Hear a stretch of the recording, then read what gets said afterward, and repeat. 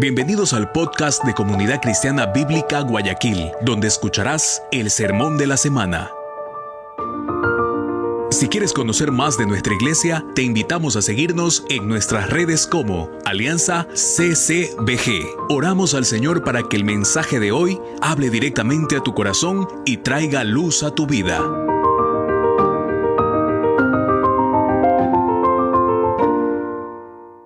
Muy bien, yo quiero hacerles una pregunta.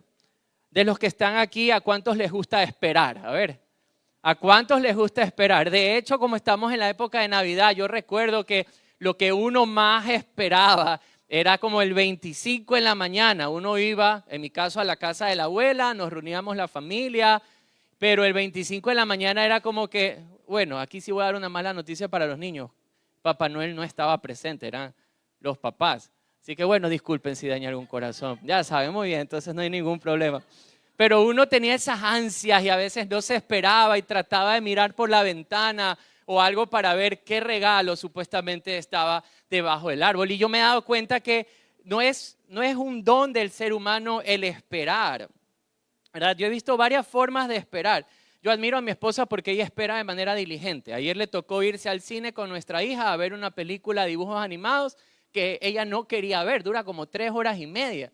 Y ella, mientras estaba esperando, estaba haciendo deberes en su celular. Entonces ahí encontré una manera como diligente de esperar. Pero ese tal vez no es mi caso. Los que esperamos a veces tal vez como Javier Naranjo nos dormimos. No sé si a usted le pasa eso. Una vez estaba con mi madre fuera del país cogiendo el metro en Nueva York y teníamos que esperar una de las estaciones. Era más o menos 10 de la noche. Y yo le digo, mamá, contémonos chistes para no dormirnos. No llegamos ni a la mitad del primer chiste que nos quedamos dormidos. Entonces cuando nos levantamos, nos levantó el señor del tren, levántate, levántate, que ya aquí ya no vamos a ningún lugar. Teníamos que alcanzar el avión, bajamos del metro, allá a la estación, una estación feísima, unos hombres grandotes, sin dientes, manchados, give me money, o sea, como que súper aterrador, tuvimos que coger un taxi y volar. Y esa fue tal vez, así es la manera tal vez en la que me tocó esperar. Entonces, normalmente lo vemos así. O otra forma de esperar, y tal vez ahí algunos se identifiquen, es una manera afanada. Algunos cuando nos toca esperar, yo no sé si usted tiene a alguien conocido, le pasa que cuando le toca esperar un consultorio, está así. Y moviendo el pie. Y se le mueve todo. Y él no sabe qué hacer y coge aquí, se rasca acá. ¿Sí? ¿Pasa o no pasa? Sí, ¿verdad? Entonces, hay varias formas de esperar. Jesús ya viene enseñando a sus discípulos. Justamente Marcos tiene esta forma peculiar de que Jesús va enseñando los sucesos que van a pasar. Y Jesús ya ha enseñado acerca de su muerte. Jesús ya ha enseñado acerca de la resurrección. Pero Jesús en esta ocasión va a hablar un tema especial. De que Él iba a morir, a resucitar, pero ahora les dice, yo voy a regresar. Ahora, el capítulo 13 del libro de Marcos nos va a enseñar cómo debemos de esperar, o en términos del texto, cómo debemos de velar de la manera correcta mientras Jesús está retornando. Entonces, si usted es de aquellos que tal vez como yo no somos muy diligentes en nuestra espera, hoy a través de la Escritura, nuestro corazón va a aprender a velar y a esperar hasta ese glorioso momento en el que Cristo ha determinado su retorno. Así que, ¿cuántos quieren aprender a esperar? Díganme fuerte, amén. Como no hubo mucho cuota, entonces no vamos a... No, mentira, vamos igual a aprender. Y vamos ahora sí a nuestro texto, en el capítulo número 13 del libro de Marcos. Cuando usted llegue ahí, dígame amén, para poder empezar juntitos. ¿Ya? Miren lo que dice la palabra de Dios, desde el verso número 1. Saliendo Jesús del templo, le dijo uno de sus discípulos, Maestro, mira qué piedras y qué edificios. Jesús respondiendo le dijo, ¿ves estos grandes edificios? No quedará piedra sobre piedra que no sea derribada. Y se sentó en el monte de los olivos frente al templo. Y Pedro, Jacobo, Juan y Andrés le preguntaron aparte, dinos, ¿cuándo serán estas cosas?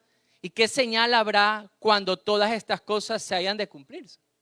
Jesús, verso 5, les responde y les dice, miren que nadie os engañe, porque vendrán muchos en mi nombre diciendo, yo soy el Cristo, y engañarán a muchos. Mas cuando oigáis de guerras y de rumores de guerra, no se turben, porque es necesario que suceda así, pero aún no es el fin, porque se levantarán nación contra nación, reino contra reino, y habrá terremotos en muchos lugares, y habrá hambres y alborotos. Principio de dolores son estos. Pero mirad por vosotros mismos, porque os entregarán a los concilios, y en las sinagogas os azotarán, y delante de gobernadores y de reyes os llevarán por causa de mí para testimonio a ellos. Y es necesario que el evangelio sea predicado antes a todas las naciones. Pero cuando os trajeren para entregaros, no se preocupen por lo que habéis de decir, ni lo penséis, sino lo que os fuere dado en aquella hora, eso hablad, porque no sois vosotros los que habláis, sino el Espíritu Santo. Y el hermano entregará a la muerte al hermano y el padre al hijo, y se levantarán los hijos contra los padres y los matarán. Y seréis aborrecidos de todos por causa de mi nombre, mas el que persevere hasta el fin, este será salvo. Pero cuando veáis la abominación desoladora del que habló del profeta Daniel, pues donde no debe de estar el que le entiende, entonces los que estén en Judea huyan a los montes, el que esté en la azotea no descienda a la casa, ni entre para tomar algo de su casa, y el que esté en el campo no vuelva atrás a tomar su capa. Mas ay de las que están encinta, de las que críen en aquellos días. Oren pues que vuestra huida no sea en invierno, porque aquellos días serán de tribulación, cual nunca ha habido desde el principio de la creación que Dios creó hasta ese tiempo, ni la habrá.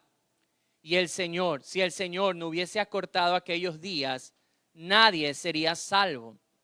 Mas por causa de los escogidos, que Él escogió, acortó aquellos días. Entonces, si algunos dijere, mirad aquí el Cristo, o mirad allí está, no le creáis, porque se levantarán falsos cristos y falsos profetas, y harán señales y prodigios para engañar, y si fuese aún posible, aún los escogidos. Mas vosotros mirad, os lo he dicho antes. Pero en aquellos días, después de aquella tribulación, el sol se oscurecerá y la luna no dará su resplandor. Y las estrellas caerán del cielo y las potencias que están en los cielos serán conmovidas. Entonces verán al Hijo del Hombre que vendrá en las nubes con gran poder y gloria. Entonces enviarán a sus ángeles y juntarán a sus escogidos de los cuatro vientos, desde el extremo de la tierra hasta el extremo del cielo. De la higuera aprended la parábola. Cuando ya su rama está tierna y brotan las hojas, sabéis que el verano está cerca. Así también vosotros, cuando veáis que sucedan estas cosas, conoced que está cerca a las puertas. De cierto os digo que no pasará esta generación hasta que todo esto acontezca. El cielo y la tierra pasarán, pero mis palabras no pasarán. Pero de aquel día y de la hora nadie sabe, ni aun los ángeles que están en el cielo, ni el Hijo, sino el Padre. Mirad, velad y orad, porque no sabéis cuándo será el tiempo. Es como el hombre que yéndose lejos dejó su casa y dio autoridad a sus siervos, y a cada uno su obra, y al portero mandó que velase. Velad pues, porque no sabéis cuándo vendrá el Señor de la casa, si al anochecer, o a la medianoche, o al canto del gallo, o a la mañana, para que cuando venga de repente no os halle durmiendo. Y lo que a vosotros digo, a todos los digo, velad. Entonces estamos observando este relato acerca del futuro, acerca de este suceso de la venida de Jesús. Y hay algo que se está repitiendo y repitiendo y repitiendo. Y Jesús, la enseñanza empieza a decir, velen, observen, miren. Y da ciertos acontecimientos para ir mostrándonos qué es lo que debía ir sucediendo. Pero nuevamente la instrucción es, velen, observen, miren, oren.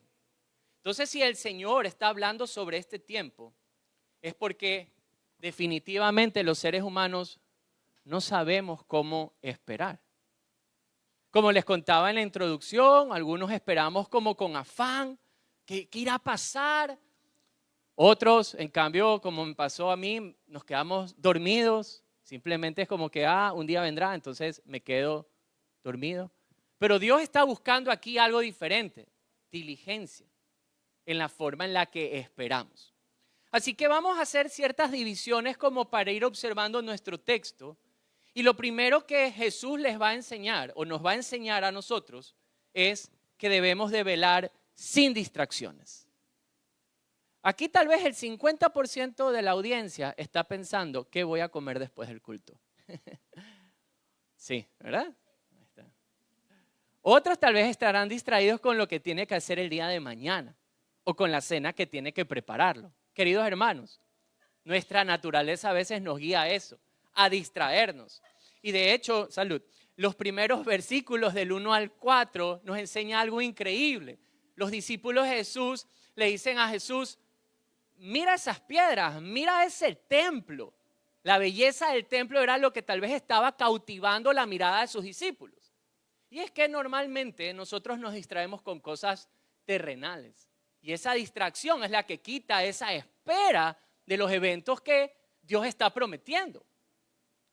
Jesús hace una corrección y les dice algo súper fuerte. Le dice, si lo ves, si ves el templo, si ves esto acá, todo va a ser destruido. Como que la moral de los discípulos, yo me imagino ese rato así como que, ¡tac!, para abajo. Pero él quiere cambiar tal vez esa forma de ver de los discípulos y de lo que le está distrayendo. Aquí viene algo interesante porque para los discípulos mirar el templo tiene una connotación cultural, porque mirar el templo les recuerda a las grandes batallas del rey David, porque de David nace el hacer el templo, el levantar un templo. Y les recuerda tal vez a Salomón, porque era el tiempo de la prosperidad, donde él a través de esa prosperidad construye el templo. Pero Jesús le hace una corrección y les muestra que en esperar sin distracción significa tener la perspectiva en las cosas eternas. Él le dice, no va a quedar piedra sobre piedra. Y queridos amigos, es que nosotros no podemos velar si estamos distraídos por las cosas terrenales. ¿Cuál es el peligro de mirar las cosas terrenales, por ejemplo? Que podemos empezar a amar, a atesorar, a sacrificarnos, a invertir el tiempo, la juventud, todo con tal de las cosas que van a estar aquí. Jesús hace una corrección sobre los suyos y es, no va a quedar piedra sobre piedra. No pongas la mirada en las cosas terrenales, sino que hay un evento mejor y mayor, una esperanza mejor y mayor que Él mismo va a empezar a corregir en ellos, a poner su mirada en ellos. De hecho, Jesús empezó a darles ese enfoque hacia lo eterno tiempo atrás. Si nosotros revisamos el texto en Mateo, en el capítulo 6, por ejemplo, en el Sermón del Monte, del verso 19 al 21, estas son las palabras de enseñanza de Jesús. No se hagan tesoros en la tierra, donde la polilla y el orín corrompen y donde ladrones minan y hurtan, sino háganse tesoros en el cielo, donde ni la polilla ni el orín corrompen y donde ladrones no minan ni hurtan, porque donde está vuestro tesoro, ¿qué dice el texto? Ahí está vuestro corazón. Luego, en el Evangelio de Juan, en el capítulo número 6, en el verso 27, dice esto: trabajad no por la comida que perece, sino por la comida que a vida eterna permanece, la cual el Hijo del Hombre os dará, porque a este señaló Dios el Padre. Entonces, cuando Jesús da la encomienda de velar, de observar, Él está cambiando la perspectiva de sus discípulos. Los discípulos, así como ellos, nosotros es muy parecido. Nos fijamos en lo transitorio, en lo terrenal, y es donde se abarca muchas veces todo lo que somos, todo nuestro tiempo, toda nuestra fuerza. Pero Jesús le está diciendo, más bien miren hacia dónde, hacia lo eterno. Entonces nuestra forma de velar, nuestra forma de esperar la promesa de Jesús es siempre mirando hacia la eternidad. no hacia lo terrenal. Ahora, veamos un siguiente punto.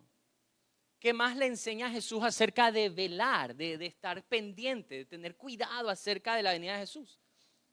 Y ahí viene el segundo punto, que es velemos sabiendo lo que viene. Es como estar atentos sabiendo que algo va a pasar, va a venir. ¿Qué es lo que puede desviar nuestra mirada? Justamente en el velar ya veíamos las cosas terrenales.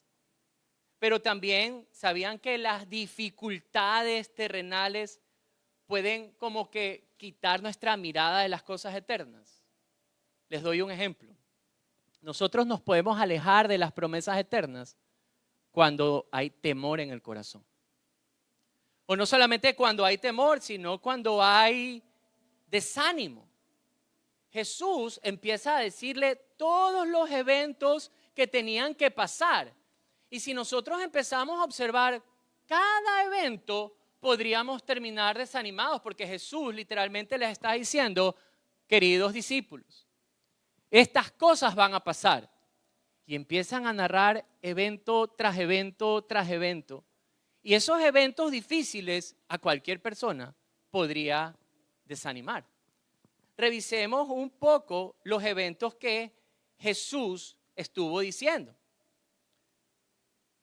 Jesús, cuando empieza a narrarles acerca de lo porvenir, le dice lo primero: van a venir falsos cristos. ¿Qué es un falso Cristo? A ver. ¿Ya? Alguien que dice ser Cristo, alguien que se hace pasar por Dios. Son falsos salvadores. Vienen personas a engañar con falsas esperanzas. Queridos amigos, y estamos llenos, repletos de esa clase de hombres. De hecho, cuando yo empecé a buscar y buscaba tal vez cristos falsos contemporáneos, me salió una lista pero increíble, hasta el día de hoy. Pero uno de los que me llamó la atención, que bueno, ya murió, es este famoso hombre Jim Jones. Yo no sé si usted ha escuchado la historia de este hombre Jim Jones. En los años 70 se levanta este hombre, un supuesto gran predicador. Levanta una iglesia tan grande y luego lleva a su iglesia a decir que él mismo es el Redentor. Llega a decir tal que dice, vamos a hacer nuestro propio mundo. Y compra unas hectáreas en Guyana. Y viaja con toda la iglesia hacia allá a empezar este nuevo mundo. Cuando las personas empezaron a mirar su carácter, lo depravado que era, empezaron ya a querer huir y no podían. Empezaban a haber ciertas demandas para que vayan a buscarlos y todo el mundo estaba como encarcelado en esa pequeña tierra. Se vio tan desesperado este hombre que no se le ocurrió mejor cosa que hacer un fresco solo, por decirlo así, meter cianuro y darle de beber a todos en la isla. Ese día murieron 918 personas, incluidos 300 niños. Un falso Cristo. Entonces Jesús empieza a decir los eventos que pueden traer desánimo, decir, van a venir falsos cristos, personas que se van a vestir como que fuesen salvadores, pero no lo son. Y luego dentro de los eventos que tienen que pasar antes de que Él venga, Él empieza a decir, van a haber guerras, van a haber terremotos, van a haber hambres, van a haber alborotos. Queridos amigos, solamente nosotros pasamos hace años atrás el terremoto de Manta. Y cuán duro fue ir a Manta en ese tiempo. Mirar la desesperación de tantos muertos, han perdido familiares y acompañarlos fue algo duro. Entonces Jesús empieza a decir eventos que suenan duros. Luego Él mismo empieza a decir, los van a entregar a autoridades. Inclusive van a haber odio en la familia en medio de ustedes por una sola causa. Por la causa de la fe en Cristo Jesús, por causa de Él.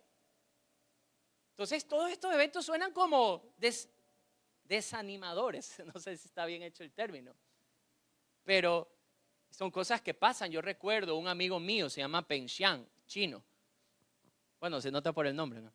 Entonces Peng Xiang lo conocí en Quito y es un chino convertido al cristianismo, puso su fe en Jesús. Y cuando estábamos en nuestras conversaciones de esa época, decía, ¿sabes que mi padre quitó toda herencia sobre mí? Y yo, ¿por qué lo hizo? Me dice, ¿por qué? soy un seguidor de Jesús. Entonces, estas cosas pasan. Que ser entregados por causa de la fe. Una de las mujeres que yo creo que más he leído su vida es Corrie ten Boom. Se piensa que una de las personas que la entrega para que la metan presa a ella y toda su familia es uno de sus vecinos, con la que ella estudiaba, jugaba, uno de sus cercanos. Pero estos eventos, Jesús empieza a decir, y no se queda solamente en eventos, sino que empieza a decir, van a haber señales antes de la promesa de mi venida. Y esas señales empiezan a ser un poco más fuertes. Empieza como a escalar poco a poco. Cuando nosotros vemos, y Jesús dice, cuando vean la abominación desoladora del que habla el profeta Daniel, es un término que para los que habían estudiado el Antiguo Testamento lo podían comprender. Pero en términos súper simples, la abominación es un acto impuro que alguien comete en contra de Dios. Y lo que dice desoladora es que va a quedar como vacío, desolado la adoración a Dios. Entonces, el acto de esta persona es como que desviaría y quitaría la adoración hacia Dios. Esto ya había pasado tiempo antes. Un emperador llamado Antíoco IV había ofrecido carne de cerdo en el altar principal que se brindaba adoración a Dios. Y en los atrios del mismo templo empezó a hacer burdeles públicos. Entonces, ¿qué mayor abominación que la que este hombre ha hecho? Y la Biblia lo que está enseñando es que una de las cosas, uno de los eventos que va a existir previo a la venida del Señor, es que va a haber un hombre que tiene que hacer un acto público impuro en contra de Dios y que esto de alguna forma u otra va a detener la adoración a Dios. Ahora, no solamente habla de eventos como falsos cristos, guerras, terremotos, hambres, entregados a las autoridades, odios en la misma familia, sino que Jesús sigue y dice que esta tribulación no ha existido jamás. Esa es la descripción que hace Jesús previo a la promesa de su venida. Entonces, nosotros estamos cercanos al COVID, ¿se acuerdan? Año 2019, 20, fuimos encerrados. Saben que el estima de muertos para la época, o sea, confirmados por estadísticas reales por todos los países, son 7 millones de personas. Guayaquil, que fue un epicentro de la pandemia, veíamos cómo sacaban cadáveres a las calles para que lleven a enterrarlos. Personas ni siquiera pudieron enterrar a sus propios familiares por causa de la pandemia. ¿Recuerdan la desesperación que era comprar un alimento, ir al supermercado, llegar a la casa, tenerte que bañar en alcohol? Y todo el mundo decía, Gemía, ¿cuándo se acaba esto? De hecho, eso creo que levantó más bien a la iglesia y a muchos alrededor a buscar del Señor. Pero eso no es nada para lo que Jesús empieza a decir, porque tal tribulación no se ha escuchado jamás. Entonces empecé a buscar más pandemias. Usted decir, oye, pero ya estás dañado, ¿cómo vas a pensar? Sí, porque quería saber si ha pasado en el mundo algo peor. Y si hemos pasado cosas peores. Encontré lo de la peste bubónica. Sabía que en los años 1300, 2/3 de Europa muere. Aproximadamente 25 millones de personas mueren por una enfermedad. Entonces nosotros podemos decir, esto está fuerte, pero Jesús dice, esa clase de angustia ni siquiera es comparada con la que va a venir. Todos estos eventos empiezan tal vez a acongojar el corazón de sus discípulos. Por lo menos a mí me pasaría si Jesús dice, yo vengo, pero esto va a empezar a pasar. Pero no termina ahí. Jesús empieza a decir que van a haber señales en el cielo. Y empieza a decir que el sol se va a oscurecer, que la luna no dará su resplandor y que las estrellas caerían sobre la tierra.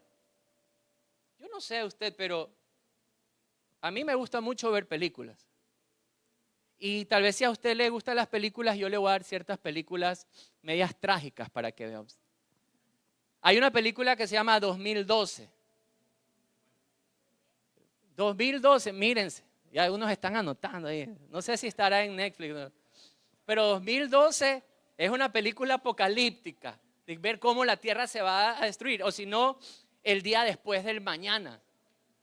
Mírense esa, o hay otra que se llama, esta no me la he visto, pero vi los resúmenes y se llama Graceland. también habla sobre destrucción. ¿O cuántos han visto Impacto Profundo? Deep Impact, para los que hablan inglés. Esa también es buena. Cae un meteorito y destruye la Tierra. ¿O cuántos vieron la falla de San Andrés? Queridos amigos, Hollywood ha tratado de tener esto en la mente y emular algo, pero Jesús dice que la angustia que se vivirá en aquellos días, el hombre nunca en su vida lo ha experimentado. La angustia que usted piensa que algún día ha experimentado no es comparable con lo que vendrá en el futuro. Yo me hice una pregunta y es, ¿por qué Jesús le dice esto a sus discípulos? ¿Será que Jesús quiere de alguna u otra forma desanimarlos o que tengan miedo? Yo me acuerdo de mi abuelita, nunca se me olvidan las palabras que ella decía, no haga esto porque si no Diosito le castiga. Entonces es como que no combinaba bien esto de Diosito, porque es un término como bonito, lindo y te castiga. O sea, no sé si quería endulzar el castigo, pero como que te metían esto en la cabeza de ese Dios así, ¿no? Y Jesús no tiene el propósito de infundir miedo a los suyos. Es todo lo contrario. Yo encontré 3 puntos importantes por el cual Jesús les cuenta las cosas. El primer punto que quisiera ver, ¿por qué le cuenta todos estos eventos y todas estas señales y lo fuerte que son? Y la primera es porque Jesús mismo le dice, yo les digo esto, miren qué les digo para que nadie los engañe. Guerra avisada no mata soldados.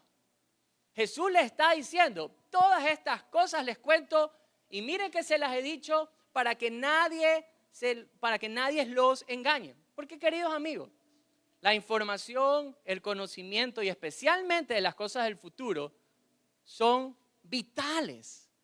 ¿Para qué? Para que nadie nos engañe. Vamos a traerlo a las cosas básicas, la información básica. ¿A cuántos de los niños aquí o grandes les gusta la matemáticas, por ejemplo? Yo siempre escucho decir, no me va a servir de nada la matemática. ¿Pero para qué me va a servir la matemática? Bueno, el día que seas grande y te manden a la tienda o vayas al supermercado y te manden con $10 y la cola cuesta 5, te va a ayudar la resta, ¿verdad? Porque te tienen que dar bien el vuelto. Las matemáticas sí te sirven. Tal vez a alguien que quiera ser arquitecto, por ejemplo, o un ingeniero civil, la matemática te va a ayudar ¿a qué? A calcular los pesos. Si no vas a ser el primero que salga ahí en el extra, ingeniero civil, calcula mal el peso y se cae todo. Las matemáticas sirven para que nadie te engañe. Por ejemplo, ¿para qué sirve la historia? ¿Cuántos son amantes de la historia aquí? Uno. ¿A quién no le gusta la historia? La historia sirve, el conocimiento sirve, ¿para qué? Para no repetir lo malo y para imitar ¿qué? Lo bueno. Para eso sirve el conocimiento de la historia. Pero, ¿y el conocimiento del futuro? ¿Para qué nos sirve entonces? Nos sirve para que nadie nos engañe. Entonces, ¿qué pasa en el momento que viene una persona y quiere hablarte y decirte, es que yo soy un Cristo? Es que yo soy la reencarnación de Dios y ahora lo que yo les diga, eso se tiene que hacer. ¿Usted qué? Si nunca, Dios me libre, nunca permita decir yo me vuelvo loco así, enciérrenme por favor. Pero si llega a pasar algo como eso, yo quisiera que usted me diga una frase que yo aprendí de la señora Claudia Ramírez. Ella dice que le vaya bonito. O sea, si viene alguien y quiere engañarnos acerca de las cosas bíblicas y las cosas que vienen y van a acontecer, uno debe sacar esa frase muy sabia, que le vaya bonito. O tal vez una más bonita, tu abuela. Jesús empieza a darnos el conocimiento del futuro, no para poner o sembrar temor en el corazón, sino para que no seamos engañados. Jesús dijo que esto era necesario que pase. Esto tenía que vivirlo, tenemos que atravesarlo. Un segundo punto que nos da Jesús, el conocimiento del futuro, para velar con conocimiento, es para que nadie se afane. Queridos amigos, las cosas difíciles sí afanan.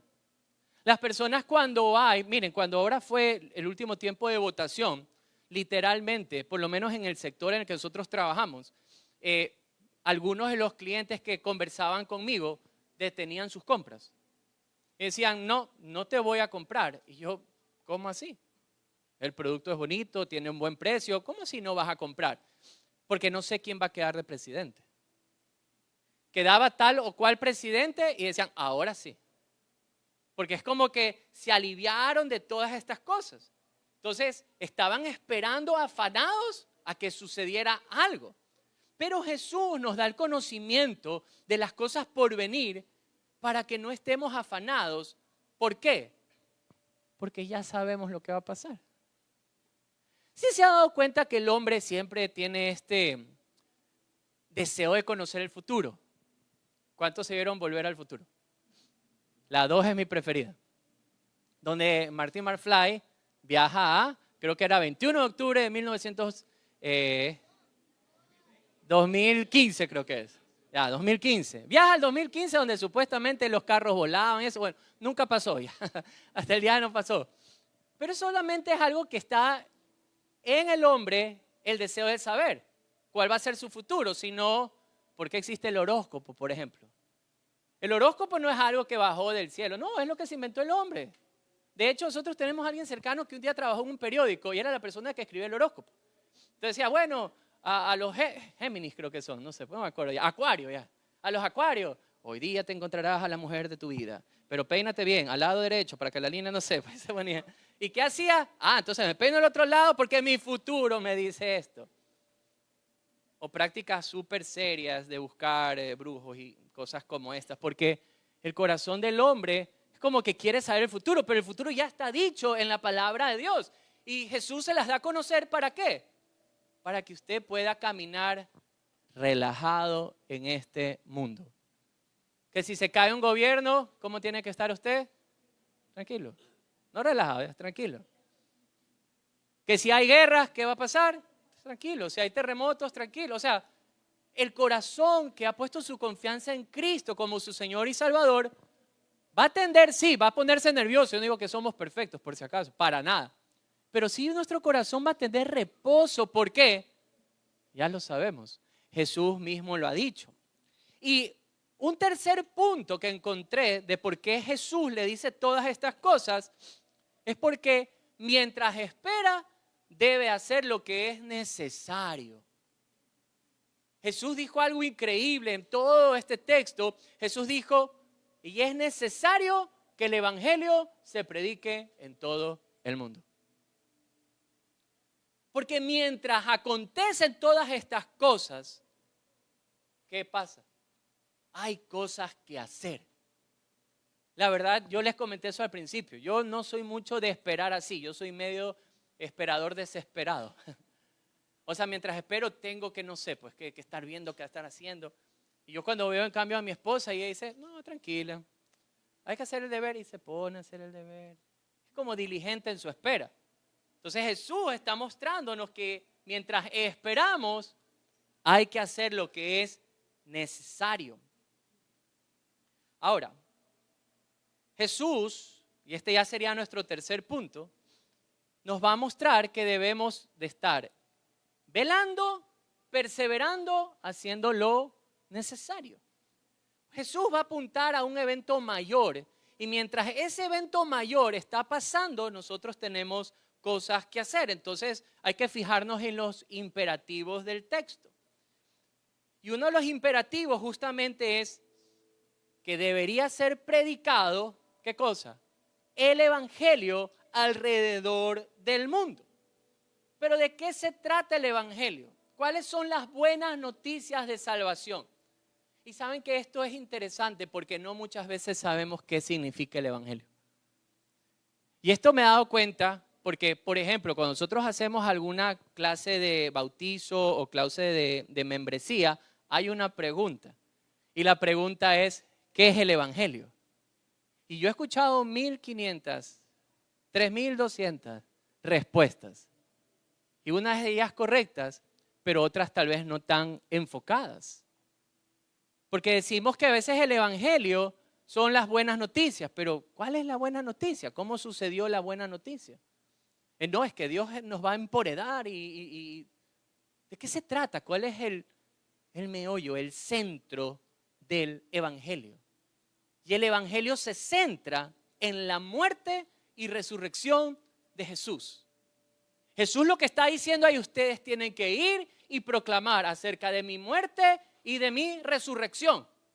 Pero el evangelio también engloba otros eventos y entre ellos el retorno de Jesús. Entonces, cuando Jesús le está diciendo, prediquen el evangelio, es vayan y hablen de mi muerte, vayan y hablen de mi resurrección, vayan y hablen de la ascensión, porque me voy, pero vayan y hablen de mi retorno. Queridos amigos, un mundo con eventos futuros de juicio necesita buenas nuevas que traen libertad. Cuando nosotros vemos un mundo que tiene lleno de eventos futuros, de condenación, de justicia, de juicio, necesitamos hablar de las buenas noticias que traen perdón de pecado por la muerte de Jesús.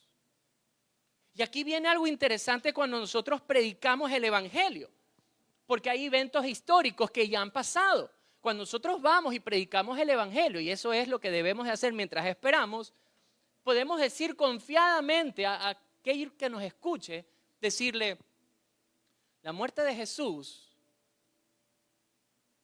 es un evento cumplido. La resurrección de Jesús es un evento cumplido. Y así como la muerte se cumplió y la resurrección se cumplió, su segunda venida también se cumple. Entonces podemos ir confiados porque el mismo Jesús en el capítulo 13 de Marcos, verso 31 dijo, el cielo y la tierra pasarán, pero mis palabras no pasarán. Qué increíble ver cómo Jesús empieza a enseñarnos cómo debemos nosotros velar. Y debemos de empezar a velar, perseverando, haciendo lo que es necesario. Debemos de empezar a velar, sabiendo lo que viene. Y debemos velar sin distracciones. Pero no termina ahí. Y uno de los últimos puntos, Jesús enseña que debemos de velar con expectativa. No podemos velar, no podemos estar pendientes de la promesa de Jesús si no hay expectativa. Si no hay expectativa, ¿qué significa? A ver. Exacto, que no esperas. Que no estás pendiente de lo que va a suceder. Y Jesús dice que tenemos que tener expectativa porque dice, aprendan de la parábola de la higuera. Cuando ustedes miren la rama y la hoja, sepan que va a dar fruto. Entonces empieza a decirnos de la misma manera, miren lo que está pasando, miren lo que está aconteciendo y cuando vean que estas señales empiecen a cumplirse, sepan que el tiempo está cerca. O si no les dice, sean como el hombre que se le ha encargado un lugar y tiene que cuidarlo y tiene que velar por él. Esta semana, Reisita me hizo unas preguntas súper interesantes. De hecho, fue ayer. Y me decía, papá, me dice, ¿cómo tú estabas esperando mi nacimiento? Y yo decía, bueno, mi amor, te estábamos esperando con mucho cariño. Me dice, no, pero quiero saber si estabas nervioso. Yo, ¿de dónde sacar estas preguntas? Y yo le digo, bueno, sí, es normal tener un poco de nervios. No, dice. Yo quiero saber si tú pensabas que yo iba a venir como enferma o... Yo le digo, ¿por qué me preguntas esas cosas? Pero me trajo a la memoria de cómo uno tiene expectativa o espera. Y en el caso del nacimiento, mire, no sabes cuándo vendrá, ni cómo vendrá. Y aquí está la respuesta para Gresita. Pero sabes que vendrá. Tú no sabes, en una noche la mujer puede decir, ¡ay! Voy a dar a luz. ¿Y qué tiene que hacer el hombre? Deja todo a un lado y trepa al carro. En mi época decía, trepa al trooper. Entonces, trepa al carro, anda y vamos al hospital porque va a nacer. Entonces, la verdad es que no sabes cuándo vendrá ni cómo vendrá, pero vas a saber que va a venir. Pero aquí quiero aterrizar algo tal vez a lo cotidiano, a lo que día a día nosotros podemos vivir, porque No podemos comparar la expectativa de esperar a Jesús en su retorno con las experiencias que tenemos aquí en la tierra. Porque las experiencias que tenemos aquí en la tierra son muy diferentes. Hay expectativas que ni siquiera vienen. Te esperas y no llega. O tienes expectativas y vienen de manera diferente. O tienes una gran expectativa y de hecho aquella expectativa viene mal. Yo me pongo a pensar en aquellas personas que tal vez esperaron que un padre regrese y nunca regresa. Una persona que diga, no, algún día mi padre va a venir por esa puerta y se ha de hacer cargo de nosotros, de esta familia. Y nunca llegó. O una madre que asimismo abandone una casa y el hijo o la hija tenga la expectativa de que regrese, de que nuevamente como que el hogar valga. O me puse a pensar en familias que se forman, un hombre y una mujer se unen y tienen una expectativa de un gran matrimonio, pero lamentablemente las cosas no funcionan y hay estos divorcios, quebrantamientos y hay dolor. Simplemente la expectativa que hubo no se cumplió. Y yo recuerdo algo años atrás, con nuestra primera hija, en cambio, nosotros hicimos el famoso baby shower. Y con Grace teníamos expectativas que todos los invitados vengan. Adornamos ese patio con carpas y candelebros y sillas adornadas y dulces y todo ese patio estaba hermoso. Y no saben qué pasó. No, sí vinieron los invitados. Esa expectativa se cumplió. La expectativa que no teníamos presente, que nos llovió. Y llovió horrible, porque nuestra hija nace más o menos para carnaval, cuando son esas inundaciones en Guayaquil. Entonces, cuando ya los invitados empezaban a llegar y uno en vez de decir, salga al patio bello, hermoso, literalmente fue una desgracia, porque todo estaba mojado y todo estaba chorreado. Queridos amigos, a lo que quiero llegar es que cuando nosotros tenemos o no podemos comparar la expectativa de lo eterno con las promesas de Dios y compararlas a las cosas terrenales. Porque aquí, claro, aquí las cosas por nuestra forma de ser, nuestro pecado, no se van a cumplir de la forma que muchas veces esperamos. Por eso, y es por esa razón, es que la esperanza futura en Cristo, usted sí puede sentir seguridad. Usted sí puede tener certeza, porque ya se lo dije antes, porque sé que Jesús va a regresar, porque Jesús dijo, y hemos visto durante todo este mes, el Padre coge y da una promesa de un Salvador, la cumple. Da una promesa de cómo sería su nacimiento, en dónde sería su nacimiento, cuál sería el contexto de su nacimiento y lo cumple. Habló del ministerio del Mesías en la tierra y lo cumple. Luego habla de su muerte y lo cumple. Luego habla de su resurrección y lo cumple. La expectativa que debe haber en nuestro corazón por el retorno de Jesucristo debe ser 100% segura. Porque Dios nos ha demostrado que Él cumple lo que Él dice. Por eso es que la esperanza en aquello que Cristo viene es una certeza que se va a cumplir, es algo mejor que lo que nosotros esperábamos y es algo mayor que sobrepasa lo terrenal. Queridos amigos, el mismo Jesús, después de toda la narrativa de los eventos trágicos para informar al corazón de sus discípulos, Él termina diciendo lo siguiente: entonces verán al Hijo del Hombre, que vendrá en las nubes, qué hermoso, con gran poder y gloria. Y entonces enviará a sus ángeles y juntará a sus escogidos de los cuatro vientos, desde el extremo de la tierra hasta el extremo del cielo. Qué hermosas palabras de nuestro Señor y Salvador. Porque la primera venida de Jesús lo pudimos ver tal vez en debilidad y termina en muerte, aunque pasan los días y vemos la victoria de la resurrección. Pero la segunda venida de Jesús va a venir en gloria y vida, pero también en juicio. Es una forma diferente en la que ahora nuestro Salvador viene. Queridos amigos, esta expectativa del retorno de Jesús, que seguro literalmente nos mueve de la oscuridad al glorioso tiempo con Él. El retorno de Jesús debe ser una expectativa que ancle en nuestro corazón para atravesar cualquier situación terrenal.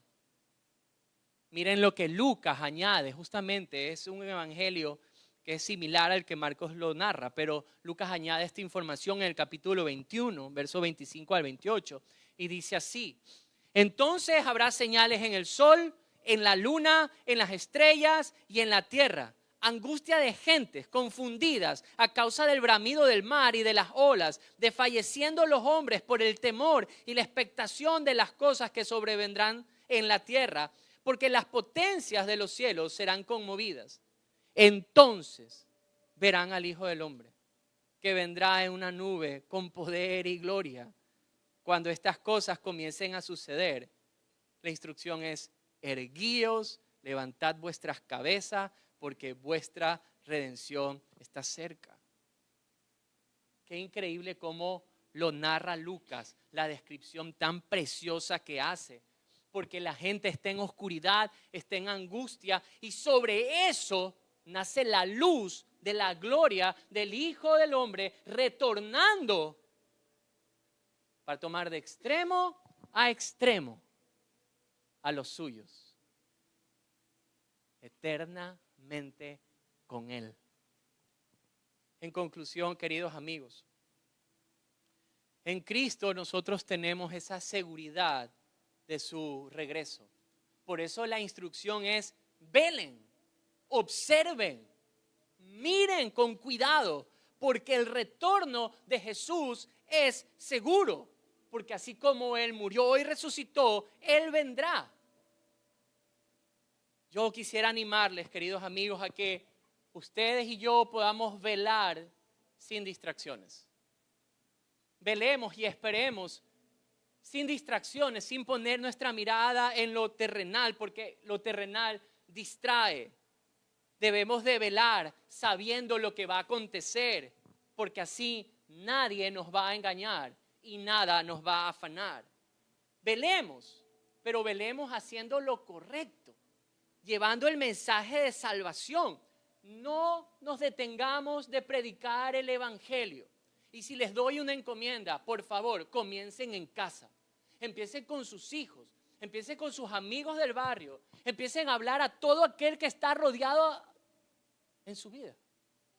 Pero empiece, vele haciendo lo correcto, pero sobre todo, vele con expectativa. No sabemos el día ni la hora, pero la certeza de que Jesús vendrá es 100% segura. Amén. Oremos. Gracias por escuchar el podcast de Comunidad Cristiana Bíblica Guayaquil. Apreciamos que te hayas dado el tiempo de escuchar este mensaje. Te invitamos a suscribirte a nuestro podcast para que seas parte de esta hermosa comunidad. Que el Señor te bendiga.